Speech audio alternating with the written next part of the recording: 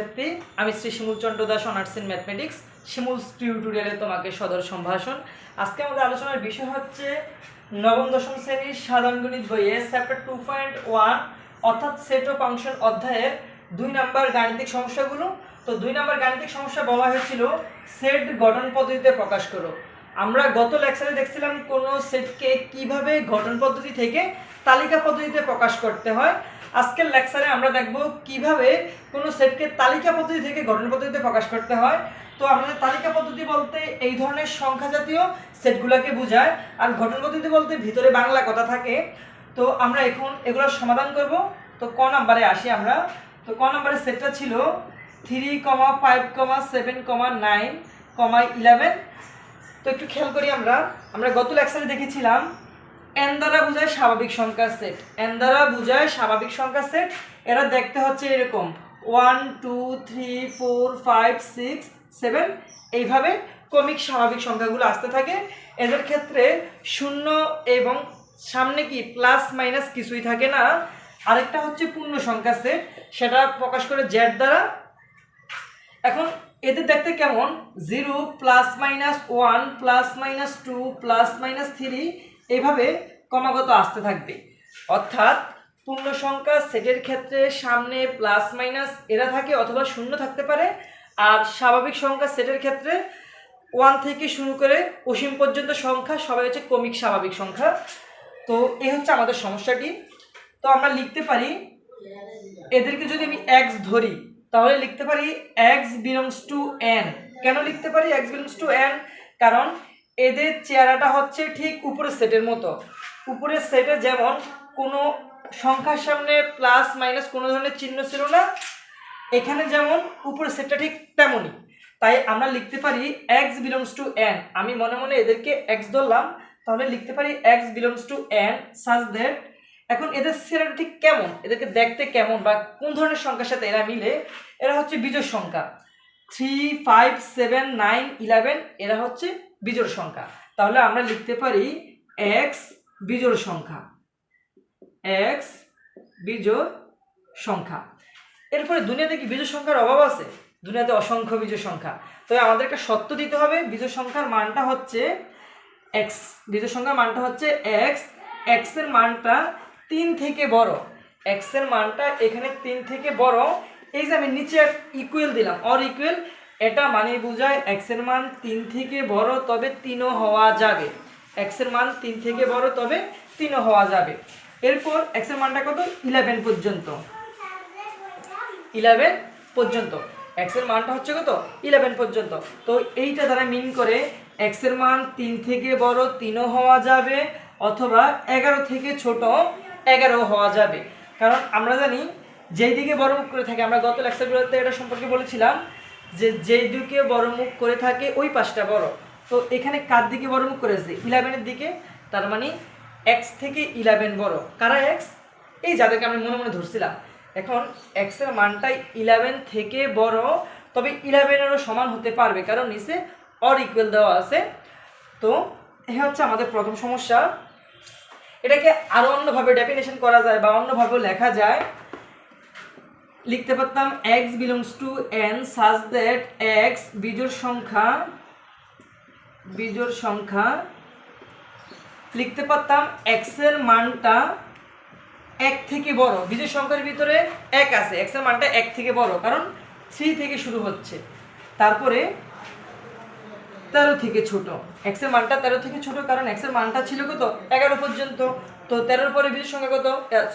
11 পরে বিজোড় সংখ্যা কত? 13। তার মানে x এর মানটা 13 থেকে ছোট। এইভাবেও লেখা যেত, অথবা এইভাবেও লিখতে পারতাম। এইভাবে একই জিনিস মিন করতো। এখানে বুঝাইত x এর মানটা 3 থেকে বড় অথবা 3ও হতে পারবে, আর 13 থেকে ছোট। অথবা আবার এভাবেও লিখতে পারতাম x এর মানটা 1 থেকে বড় এবং 11 থেকে ছোট, কিন্তু 11 হওয়া যাবে। তো এই ছিল এই সমস্যাটা।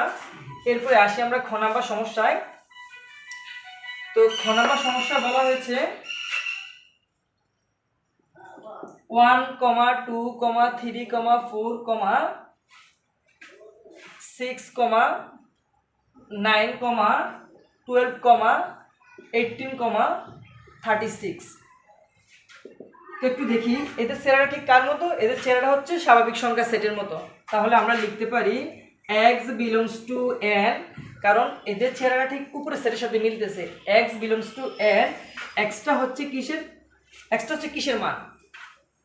এখন আমরা প্রথমে ভাবি ক্রমিক স্বাভাবিক সংখ্যা, তাহলে 1 2 3 4, কিন্তু 5 নাই, তার মানে এটা ক্রমিক স্বাভাবিক সংখ্যা না। যদি ক্রমিক স্বাভাবিক সংখ্যা হতো তাহলে কি থাকতো, 4 এর পরে 5 থাকার কথা, তার মানে এটা ক্রমিক স্বাভাবিক সংখ্যাও না। আবার যদি ভাবি বিজোড় সংখ্যা, তাহলে 1 এর পরে 3 থাকার কথা, 2 কখনোই থাকার কথা না, তার মানে এটা বিজোড় সংখ্যাও না।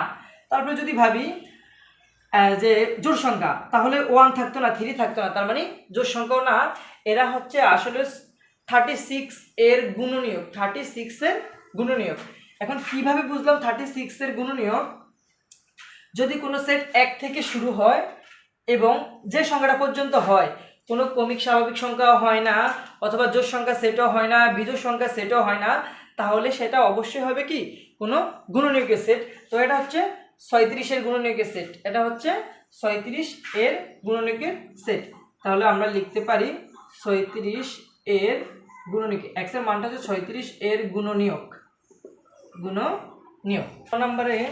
গ নম্বরে সমস্যা বলা ছিল 4, 8, 12, 16, 20, 24, 28, 32, 36, 40 এই ছিল গ নম্বর সমস্যা। তো এদের দেখতে ঠিক কাদের মতো, এদেরকে যদি আমি মনে মনে x ধরি তাহলে এরা কোন সেটের সদস্য, নিশ্চয়ই n সেটের সদস্য। তাহলে আমরা লিখতে পারি x belongs to n such that, এবার x গুলো আসলে কি, x গুলো আসলে কি, যাদেরকে আমি মনে মনে x ধরতে, আসলে এরা কি। তো প্রথমে দেখি এরা কি জোড় সংখ্যা। জোড় সংখ্যা হলে 4, তারপর থাকতো 6, 4 এর পরে 6 থাকার কথা যদি জোড় সংখ্যা হতো, যেহেতু 4 এর পরে 6 নাই, তার মানে এরা জোড় সংখ্যা না। এরা কি ক্রমিক স্বাভাবিক সংখ্যা, ক্রমিক স্বাভাবিক সংখ্যা হলে সংখ্যাটা ধারাবাহিকভাবে হয়, সিরিয়ালে হয়, তাহলে 4 এর পরে 5 থাকার কথা, যেহেতু 5 নেই, তার মানে কি এরা ক্রমিক স্বাভাবিক সংখ্যাও না।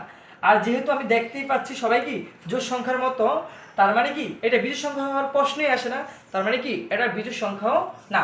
এরপরে এটা কি গুণনীয়ক, গুণনীয়ক হলে আমরা জানি আগে যে খ নম্বর অঙ্কটা দেখেছিলাম সেটাতে গুণনীয়কটা 1 থেকে শুরু হয়েছে এবং শেষে যেটা থাকে ওটার গুণনীয়ক, তো ওইটা 1 থেকে শুরু হয়েছিল। এখানে 1 বলতে কি কেউ আছে, যেহেতু 1 নাই, তার মানে কি এটা গুণনীয়ক না, তার মানে এটা চান্স আছে কি গুণিতক হওয়া, কি চান্স আছে এটা গুণিতক হওয়ার। আমরা আগে লেকচারে দেখেছিলাম গুণিতক বলতে ঠিক নামতার মতো। তো একটু খেয়াল করি আমরা, 4 একে 4, 4 দুগুণে 8, 3 4 12, 4 4 16, 4 5 20, ঠিক নামতার মতো, ঠিক না, তার মানে এটা হচ্ছে গুণিতক। তো আমরা লিখতে পারি এক্সটা হচ্ছে গুণিতক। এবার গুণিতকের কি অভাব আছে, 4 এর গুণিতকের কিন্তু শেষ নাই, কারণ 4 এর গুণিতক কি আমরা অসীম পর্যন্ত যেতে পারবো, যেহেতু সংখ্যা শেষ নাই, অর্থাৎ নামটা পরে কি আমরা শেষ করতে পারবো না, তার মানে 4 এর গুণিতক আমরা কি অসীম পর্যন্ত যেতে পারবো। যেহেতু এখানে আমাদের একটা ডিরেকশন দেওয়া হয়েছে 40 পর্যন্ত, গুণিতকের অংশটায় ডিরেকশন দেওয়া হচ্ছে কি আমাদের 40 পর্যন্ত, তাহলে আমরা লিখতে পারি x এর মানটা কত, 4 থেকে শুরু, x এর মানটা 4 থেকে শুরু 40 পর্যন্ত। এইভাবে লেখা যায় যে x belongs to n such that x গুণিতক, সরি এখানে লিখতে হবে x4 এর গুণিতক, x4 এর গুণিতক, কত এর গুণিতক নির্দেশ করতে হবে। তো লিখলাম x4 এর গুণিতক এবং x এর মানটা হচ্ছে কত, 4 থেকে বড় অথবা 4 হতে পারবে, যেহেতু অর ইকুয়াল আছে, 4 থেকে বড় এবং 40 থেকে ছোট, কত 40 থেকে ছোট অথবা 40 হওয়া যাবে। কেন, কারণ এখানে অর ইকুয়াল দেওয়া আছে। তো আগের অঙ্ক আমরা দেখেছিলাম, অথবা এটাকে এভাবে লিখতে পারতাম 4 less than or equal x less than 44, কারণ 4 এর নামটা যদি পড়ি এরপরে আসে কত, 4 11 46, 4 10 40, 4 11 46, তো যেহেতু এটা 46 থেকে ছোট, তার মানে এইভাবে লেখা যায়, ঠিক না, তার মানে এভাবে লেখা যেত। তো এই হচ্ছে আমাদের গ নাম্বার সমস্যা। এরপরে আসি আমরা ঘ নাম্বার সমস্যায়। তো ঘ নাম্বার সমস্যা দেওয়া আছে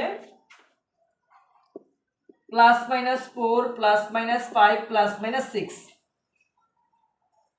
একটু খেয়াল করি, এদেরকে যদি আমি মনে মনে x ধরি তাহলে কিসের সাথে মিলে, উপরেরটা নাকি নিচেরটা। আগের যে 3টা অঙ্ক করেছিলাম প্রত্যেকটার সামনে কিন্তু প্লাস মাইনাস ছিল না, বিধায় কি n এর সাথে মিলেছে, আর এবার মিলছে কার সাথে, z এর সাথে। তার মানে আমাদের এখানে লিখতে হবে x belongs to Z, x belongs to Z such that, এবার এক্স এর মানগুলো কত থেকে শুরু, +-4 থেকে এক্স এর মানগুলা +-6 পর্যন্ত। এই হচ্ছে আমাদের অ্যান্সার।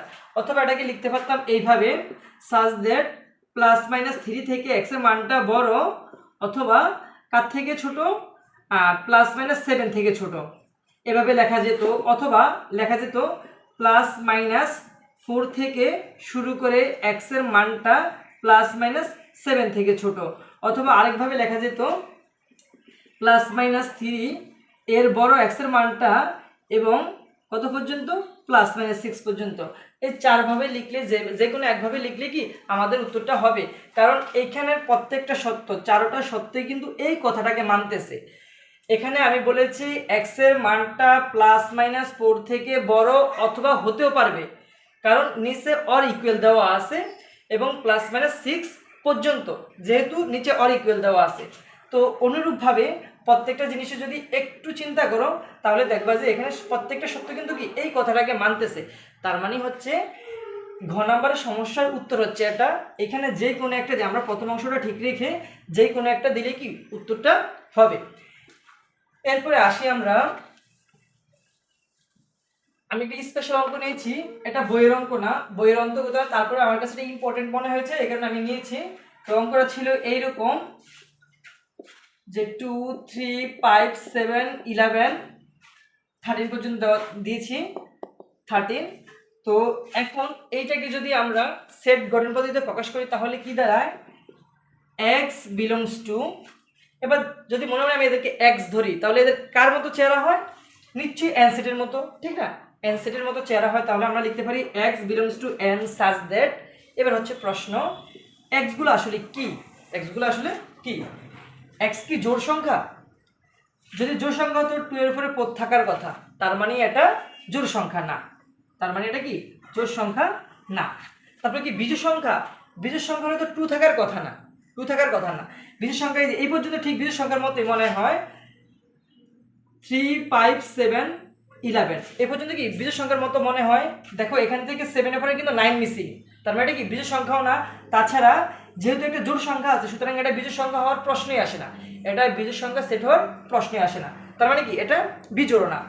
এরপরে আমরা আসি, এটা কি কমিক স্বাভাবিক সংখ্যা, কমিক স্বাভাবিক সংখ্যা মানে সিরিয়ালের সংখ্যা। তো এটা কি এরকম যে 2 এর পরে 3, 3 এর পরে তো 4 আসার কথা, 4 কি আছে, 4 নাই, সুতরাং এটা কি কমিক স্বাভাবিক সংখ্যাও না, তার মানে কি এটা কমিক স্বাভাবিক সংখ্যাও না। তো গেল আমাদের তিনটা। এটা কি গুণনীয়ক, যদি গুণনীয়ক হতো তাহলে 1 থেকে নিশ্চয়ই শুরু, তো জানো যে আমরা খ নম্বর প্রশ্নে দেখেছিলাম গুণনীয়কগুলো 1 থেকে শুরু হয়, শেষে যত থাকে অত এর গুণনীয়ক। তো যে যদি গুণনীয়ক হতো তাহলে 1 থাকতো, 1 কি আছে, 1 নাই, তার মানে এটা কি গুণনীয়ক না। এরপরে আসি, এটা কি গুণিতক, গুণিতক হলে প্রথমে যেটা থাকে ওটার গুণিতক হয়, অর্থাৎ ওটার নামতা হয়। তো আগেরবার এই যে এই প্রশ্নটাতে আমাদের এটা ছিল 4 এর নামতা অর্থাৎ 4 এর গুণিতক, যে আমাদের গ নাম্বার সমস্যাটা ছিল সেটা ছিল 4 এর নামতা অর্থাৎ 4 এর গুণিতক, কারণ 4 থেকে শুরু হয়েছে, 4 একে 4, 4 দুগুণে 8, 3 4 12 এভাবে। যদি এটা গুণিতক হতো তাহলে 2 এর নামতা হতো নিশ্চয়ই প্রথমটার গুণিতক হয় অথবা প্রথমটা নামতা হয়। তো 2 একে 2, 2 দুগুণে 4 থাকার কথা, 4 কি আছে, 4 নাই, তার মানে এটা গুণিতক না।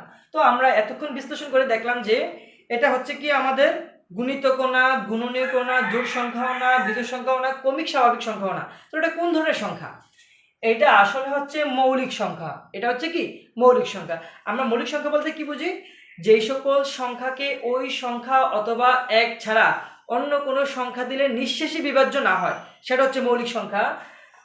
অর্থাৎ যে সংখ্যাকে আমরা ওই সংখ্যা, যেমন 15কে যদি আমি ভাগ দেই, 15কে 15 দ্বারা ভাগ যায় 1 আসে, 15কে 3 দ্বারা ভাগ যায় 5 আসে, 15কে 5 দ্বারা ভাগ যায় 3 আসে। দেখো 15কে 15 দ্বারা ভাগ দিলে যে সংখ্যাটা আসে, এরপরে এটার বাহিরে কিন্তু আলাদাভাবে ভাগ যায়, 3 দ্বারা ভাগ যায়, 5 দ্বারা ভাগ যায়। যদি এভাবে ভাগ যায় কোনো সংখ্যাকে তাহলে ওই সংখ্যাটা মৌলিক সংখ্যা না, ওই সংখ্যাটা হচ্ছে যৌগিক সংখ্যা। আর যেই সংখ্যাকে ওই সংখ্যা অথবা 1 ছাড়া অন্য কোনো সংখ্যা দ্বারা ভাগ যায় না সেটা হচ্ছে মৌলিক সংখ্যা। তো একটু খেয়াল করি, আমরা যদি লিখি 7, 7 কি শুধুমাত্র 7 দিয়ে ভাগ দিলে 1 আসে অথবা 1 দিয়ে ভাগ দিলে 7 আসে, এই দুইটা সংখ্যার বাইরে অন্য কোনো সংখ্যা দ্বারা ভাগ দিলে 7 নিঃশেষে বিভাজ্য হবে না। সুতরাং 7 হচ্ছে একটি মৌলিক সংখ্যা। আশা করি বোঝাতে পারছি। এরপরে আসি, আমরা লিখতে পারি x হচ্ছে মৌলিক সংখ্যা, এক্স কি মৌলিক সংখ্যা। এখন এক্স যে মৌলিক সংখ্যা, এখন মৌলিক সংখ্যা তো শেষ নাই। এখন আমরা যদি 1 থেকে 100 পর্যন্ত মোট 25টা মৌলিক সংখ্যা, যাই হোক একটু খেয়াল করি। তো যেহেতু মৌলিক সংখ্যা এরা, তো মৌলিক সংখ্যা কত থেকে শুরু এবং কত পর্যন্ত, তো আমরা লিখতে পারি মৌলিক সংখ্যাটা অর্থাৎ এক্স এর মানটা 2 থেকে শুরু কত পর্যন্ত, ঠিক 13 পর্যন্ত। এক্স এর মানটা 2 থেকে শুরু 13 পর্যন্ত। অথবা লিখতে পারতাম এক্স এর মানটা 2 থেকে শুরু, এরপরে 13 এর পরে মৌলিক সংখ্যা কে আছে, 13 এর পরে মৌলিক সংখ্যা আছে 17। একটু আগে দেখলাম 15 মৌলিক সংখ্যা না, কারণ 15কে ভাগ যায়, তো এরপরে আছে 17। তাহলে লিখতে পারি এইরকম যে এক্স এর মানটা 2 থেকে বড় অথবা 2ও হতে পারবে, যেহেতু নিচে দাগ আছে, এবং 17 থেকে ছোট। তার মানে এভাবে উত্তরে লিখলেও হবে। এই ছিল আজকের পর্ব আমাদের। তো সবাইকে অনেক অনেক ধন্যবাদ সম্পূর্ণ ভিডিওটা দেখার জন্য।